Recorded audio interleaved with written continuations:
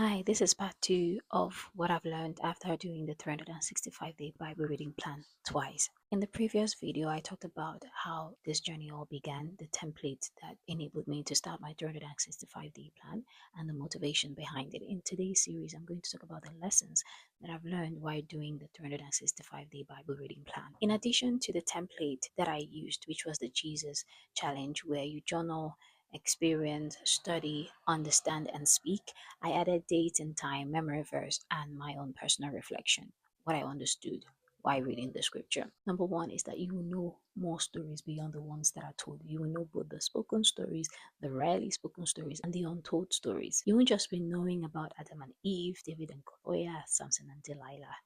You understand family structures. You understand what harvest means. You understand fear, human weakness, disobedience, obedience, faith, submission, pride, and much more. Number two, it will challenge your assumptions. All the things that you think you know about God or about humans, the Bible will throw more light. The Bible will give more clarification. You begin to understand the difference between cultural traditions and God's will. You begin to understand man's impact and God's impact. You begin to see your true reflection.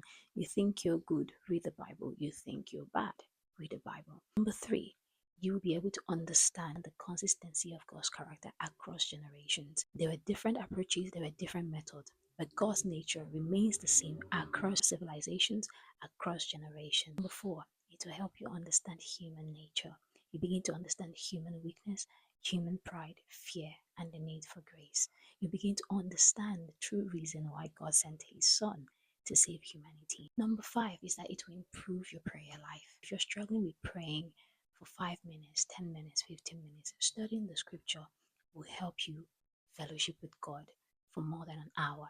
Now, if you're doing the 365-day plan, you're going to spend about 45 minutes to 1 hour to 1 hour 30 minutes, 2 hours trying to cover the entire scriptures, doing your journaling, praising and worshiping, praying and meditating on the scriptures. It improves your prayer life. You learn to speak. You gain language for prayer. Number six is that you become self-aware. You now know where you're lacking. You know your weaknesses. They are better reflected. You now know the areas that you need to work on. You now understand that you too are not perfect, that you too need grace and the need to consistently ask God for the grace to live a better life. You begin to also understand the weaknesses of others and knowing how best to tolerate and relate with every other person. In the next video, I will be talking about the challenges or the downsides of engaging the 365-day reading plan, not reading the Bible, but doing the 365-day reading plan.